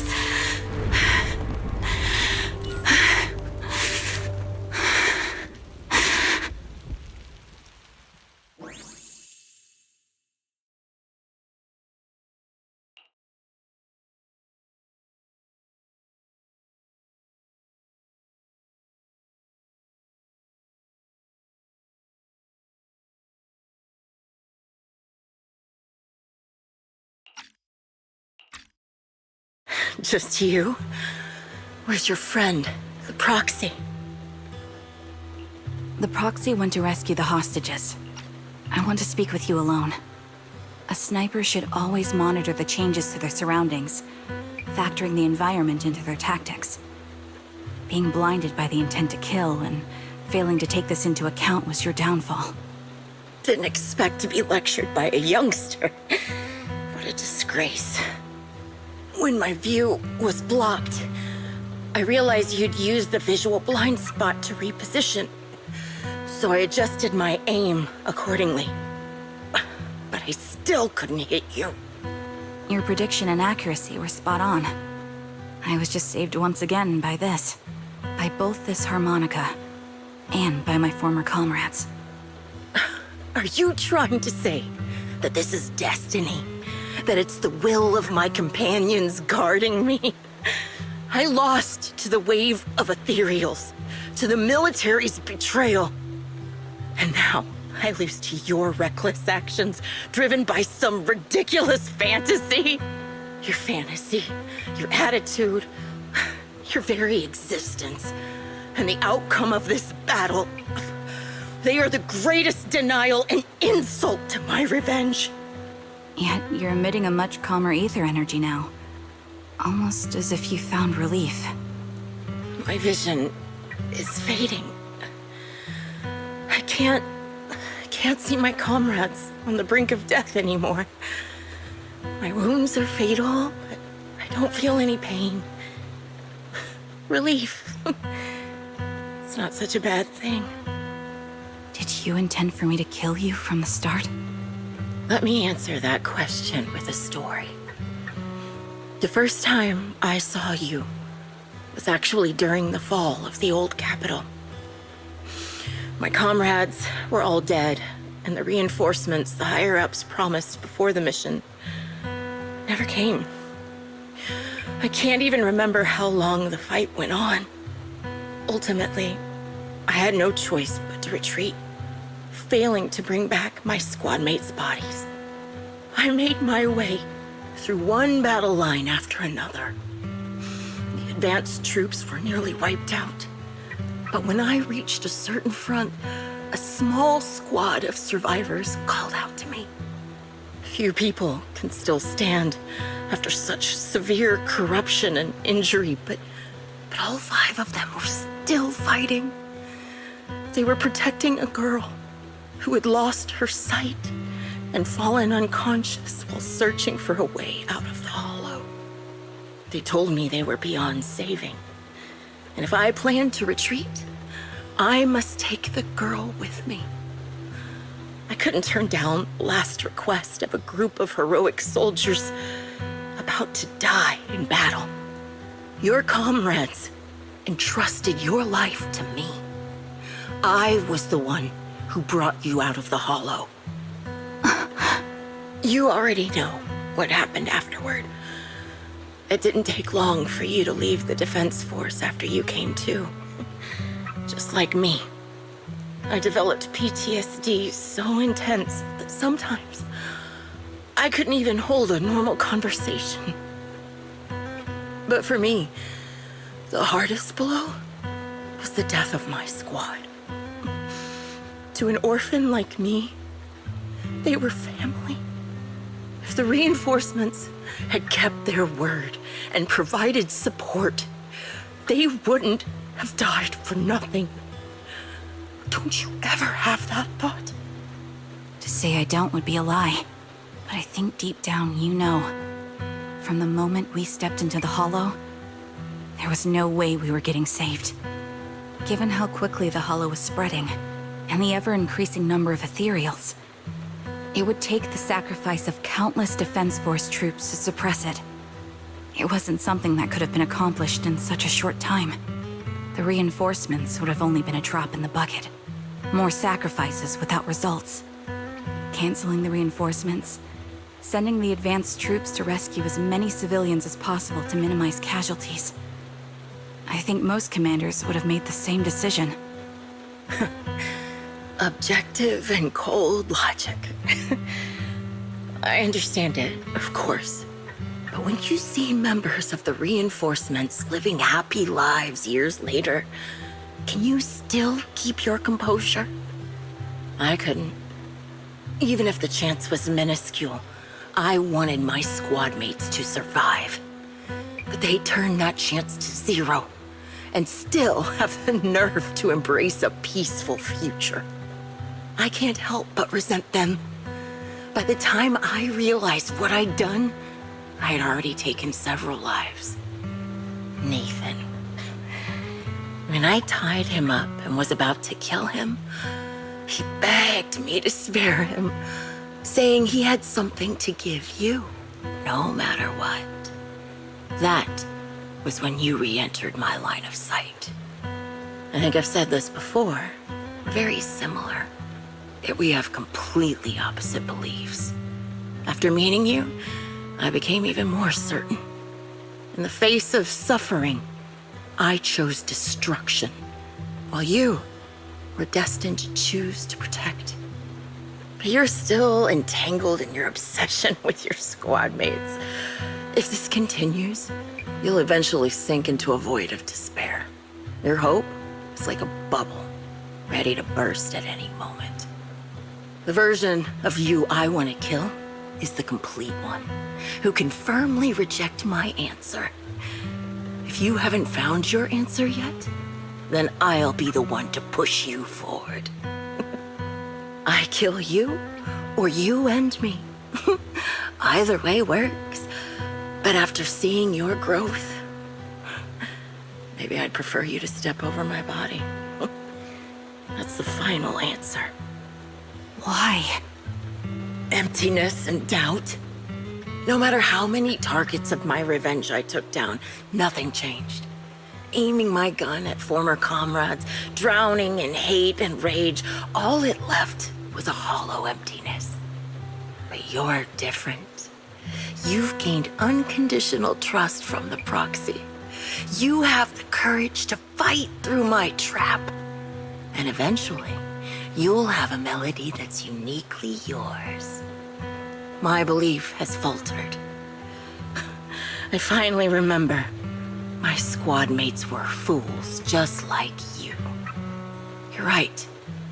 They would never want me to become this way. I talk about carrying their cross. But in truth, I never carried their will. So be it. Take the hostage and go. A villain stained with the blood of others deserves nothing but a miserable end. I'm looking forward to how long you'll be able to protect those in front of your eyes.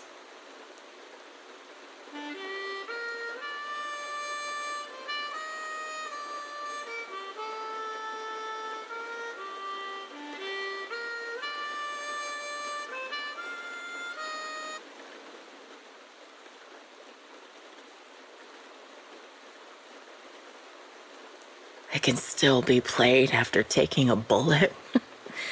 Impressive. This is my final melody to you.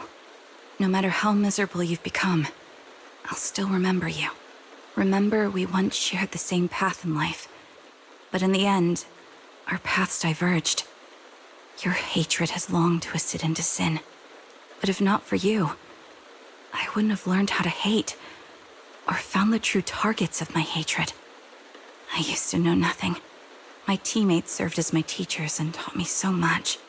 And I think you must be my final teacher. You taught me, in the most intense way, what hatred truly means. Really? So you found someone you want revenge against, too. That's good.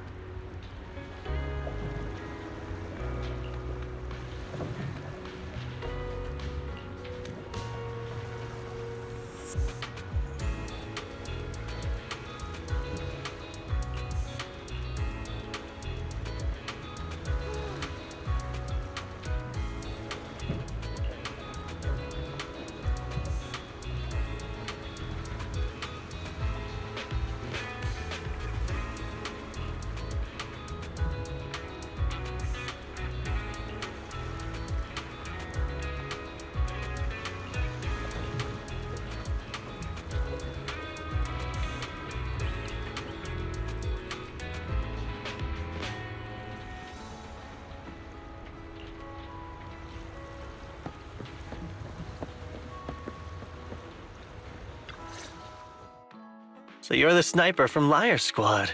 It's nice to finally meet you. And you must be the one who's been searching for me. Nathan, the younger brother of Lethe. It's good to see you safe and sound. That's right. I'm sorry for causing all this trouble. I nearly cost you your life, becoming a target of a victim from the fall of the old capital. Maybe that's what I get not helping my brother and the rest of the defense force back then. When the reinforcements decided to retreat, I spoke out against it. I had family among the soldiers already in the Hollow, but I didn't have the courage to take that step, the one that might have cost me my life. I'm sorry. You don't need to feel regret or apologize. The outcome wasn't something you could have controlled.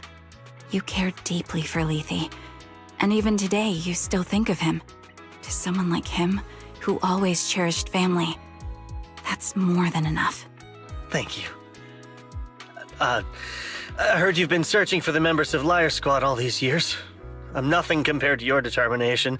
Thank you for everything you've done, but please stop the search. It's time for you to start living a life that's truly your own. I hate to say this as a family member, but back then, they were already... I know. You don't need to say it. I've been drowning in a fantasy of my own making for years, but it's a fantasy that kept me from falling into the abyss. Nathan, Grim Vulture told me you have something you want to give me. Is that why you commissioned someone to find me? Yes. After learning about the bond between you and your squad, I knew I couldn't live with myself if I didn't get this to you. So I got on my knees and begged Grim Vulture, even playing this recording for her, hoping it would move her. Regardless of how things unfolded, what matters is that it wasn't destroyed, and I'm here, alive, to hand it to you.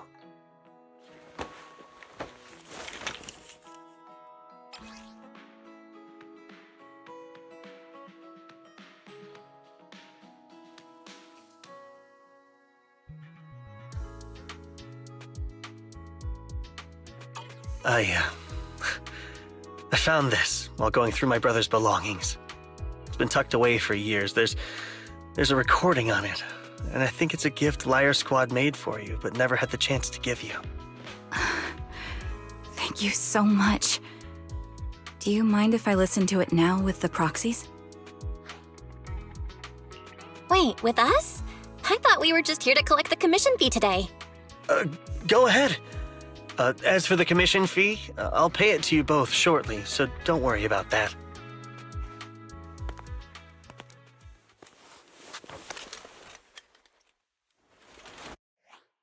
Hey, hello? All right, it's a recording. This is a message from Liar Squad for our little sniper. Everyone ready? I'll count down. 3, 2, 1. Congratulations on your 1000th day with Liar Squad! Hey, you guys are totally out of sync. Captain, can we redo this? The anniversary gift has to be perfect. That's our assault specialist, Acheron. She has a strong sense of aesthetics, prioritizing beauty in both combat and her daily life. She taught me a lot about makeup and fashion. Oh, she won't care if we're a little off. Forget the re-record. Let's just get it done and order the cake. We don't want him to sell out. That's our medic, Kakaitis. He's usually lazy and a bit of a smooth talker, but he's actually very capable and kind. He taught me a lot about unconventional negotiation tactics and ways of handling things.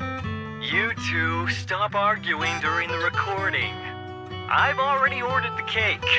If you keep rambling, we really will have to re-record this. Cut the chatter already. And that's Styx, a reliable artillery specialist. He's the oldest in the squad. He loves sharing photos of his daughter and reminiscing about how he wooed his wife. The way he won her over inspired me a lot. All right, let's all calm down. Wouldn't want to get on the captain's bad side. Captain, would you like to go first? We can edit or re-record whatever we need to. That's our scout and engineer, Lethe. He's a bit self-conscious because of how his younger brother excels, and he's somewhat introverted. But he's actually very capable. He taught me sharp observation skills, calm execution under pressure, and how to make use of the environment. Okay, thank you all for settling down before I completely lost my cool. It's fine. No need to cut anything or re-record. Let's just keep it as it is. Loud and messy, just like our liar squad. That's our captain, who took me in and taught me how to play the harmonica. And the real Charon. I'll make sure to explain properly to you later, Proxy. As you've heard, this recording is a little gift from the 5 of us. How time flies. When I brought you into the squad about 2.5 years ago, you were just a shy kid who blushed whenever you talked to someone. Over these 1,000 days, you've really worked hard to keep pace with our fighting rhythm. You've done incredibly well. In the last mission, your successful sniper kill of that high-risk ethereal really helped Acheron a lot. I hate to say it, but yeah, I went too far in last time. Thanks for getting me out of that mess. Just this once, I'll admit, your moves were more elegant in that fight. And not just that fight. Ever since you became a quicker shot and learned to adjust for wind speeds on the fly, we've been taking fewer and fewer hits. Makes my job way easier. So, cheers. You often worry about not doing enough. But in these 2.5 years, you've absorbed everything I know about stealth, reconnaissance, and tactical countermeasures. Trust me, you'll become an incredibly skilled sniper. Having you covering us from the rear makes every fight feel safer. But you still have a lot to learn about socializing and romance. When peace finally comes to Eridu, leave us and live your own life. Where did that come from? She's not leaving us. Even if she retires, she'll move into my house and I'll spoil her with loads of beautiful clothes. We can talk about living alone in 10 or 20 years. Sorry, I got carried away. Anyway, you're talented and hardworking. Over these 1,000 days, you've opened your heart to us and even encouraged us in return. Having you as a comrade is a blessing for all 5 of us. But I have to say one thing. You're always so sensitive and kind. Every time you see us get hurt, you look like you're about to break. Has our squad motto, having each other's backs, become too much of a burden for you? I get how you feel. When your squad mates trust you with their backs, your first instinct is to protect them, right? But that's not the way it should be. No one can shoulder everything alone. Don't try to carry everything on your own. Choosing to fight on the battlefield is my resolve. Feel it. Share yours with me. And when it's your turn to watch my back, I'll give my all to honor it too. As long as you fight with all your strength, there's no such thing as failing to protect something, because your will and our will is preserved and carried on in other ways. But don't let that weigh on you. Try to trust in us, just like we trust in you, no matter what. I've struggled with that kind of thinking myself, but I eventually made my way through it. All this talk of camaraderie, of keeping each other safe, it's like a harmonica melody scoring our time together. Even when things change, our tune will go on, and that's enough. Exactly. Honestly, I'm sometimes terrified. Afraid that someday, you'll blame yourself for failing to protect us and fall apart. That's why I wanted to record this message. Please, don't try to bear everything alone. Maybe you can start relying on us more, fully entrusting your vulnerable side to us. Our will has long been intertwined with yours. We're comrades. This is getting way too sentimental. It doesn't feel like me anymore. Anyway, we just want to see you trusting your comrades enough to share your burdens, even if it isn't us. Finally, we'd like to give you the song that's closest to us. If what we've said is hard to understand, just feel it through the music. Please, enjoy my masterpiece, Homecoming.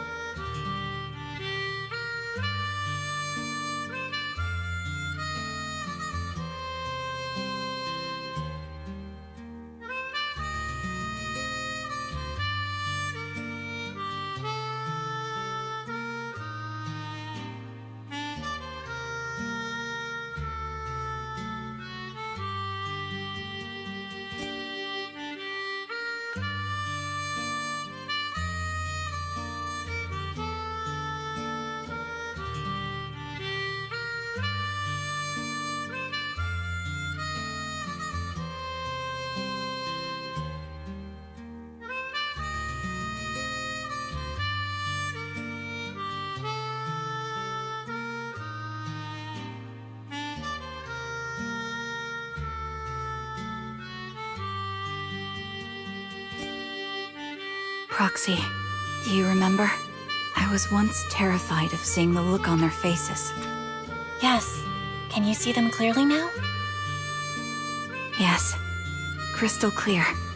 As if I've returned to the exact moment of parting.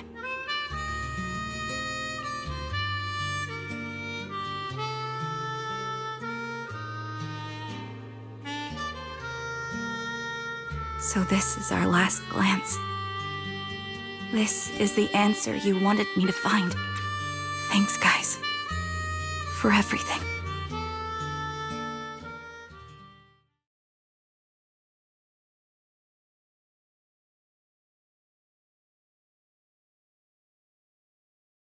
Proxies. No. Lies. Belle. I've troubled you two a lot these days with my personal affairs. Words can't describe what you've done for me. It's no trouble at all. To be honest, Belle and I have been a bit lost lately because of some personal matters. But meeting you has felt somehow comforting. Don't you think, Belle? Exactly. We got something out of the experiences we shared. At the very least, it's brought us clarity. I guess our wills have always been aligned, haven't they? Yeah. When I was trapped in self-doubt, unable to get out, I'm glad you were there with me. You're right. We've already entrusted our backs to each other as comrades. And because of that, because we are comrades, please, hear me out. Maybe you've already noticed. I'm sorry, but I've been keeping something from you. Charon isn't actually my code name. As I mentioned before, Charon was my captain's code name. When I met both of you for the first time, I didn't want to tell you my code name, because I thought someone who couldn't protect their squad mates had no right to one. So I lied. Captain Charon was an orphan like me, with no family to mourn her. I've been using her code name because I may be the last person in the world who still remembers her. But I understand now. If I want to keep moving forward, I can't keep hiding behind a lie. My true code name is... You don't have to tell me right now. At the harbor, Nathan spoke to you privately. Was he offering you a chance to return to the Defense Force? Yes. He said he still has a friend in the Defense Force who's currently forming a new squad. And if my goals align with theirs, I could consider joining them. So, what's your decision? Where will you go next? After everything that's happened, I think I do share the same goal as that friend of his and the new squad they're building. So I'll head back to the new Eridu Defense Force and keep chasing my new goal with a new team. Your new goal? Are you going to look further into the fall of the old capital? Yes. My encounter with Grim Vulture has made me realize this should be the true form of my vengeance. I'll uncover the real culprits behind the old capital's fall and make them pay for their crimes. If the ferryman who leads me to the truth demands a price, I'm willing to wager my life. I have a gut feeling the masterminds will reveal themselves again soon. To protect the city my comrades cherished and sacrificed their lives for, I won't allow such a tragedy to happen again. By letting the will to protect guide my hatred, I now have a clear aim toward the truth. That's what I thought. If that's the case, then for now, we probably shouldn't learn your true codename, or lean on each other too much. Are you saying we're on opposite sides? No, we might walk different paths. Those paths will lead us to the same destination. It's just that, for now, we can't say any more than that. To be honest, after facing an enemy as ruthless as Grim Vulture, we're reminded of our own powerlessness. Watching you fight back, almost losing your life to a bullet, that feeling. We're nowhere near strong enough to protect you, and we're not strong enough to open up about our pasts either. Sorry.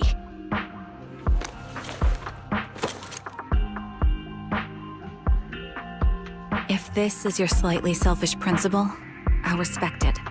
You were once my proxies, and I'll keep this memory locked away as something I cherish. If, as you say, our destination is the same, then we should continue on our separate paths, striving to grow stronger. The next time we meet, I'll reveal my true codename. I hope we can become true comrades. I want your presence to forever remain in the melody of my life. Yes, it's a promise. We'll meet again, Charon.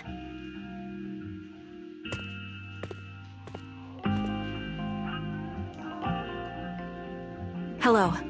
I'm the sniper from the former Liar Squad of the Chrysoberyl Division, recommended by Captain Nathan, originally of the new Eridu Defense Force's Obsidian Division, Impera Squad. Ah, I heard about you from my superior. You're the one who dealt with the serial murders targeting the Defense Force, right? Well, the new Eridu Defense Force is ready to welcome you back. Let me confirm a few details before taking you to base. Which squad are you applying to join? And did you have a code name during your previous service? I'm applying to join the Obsidian Division's Obel Squad. As for my codename, Trigger. I was Trigger of Liar Squad.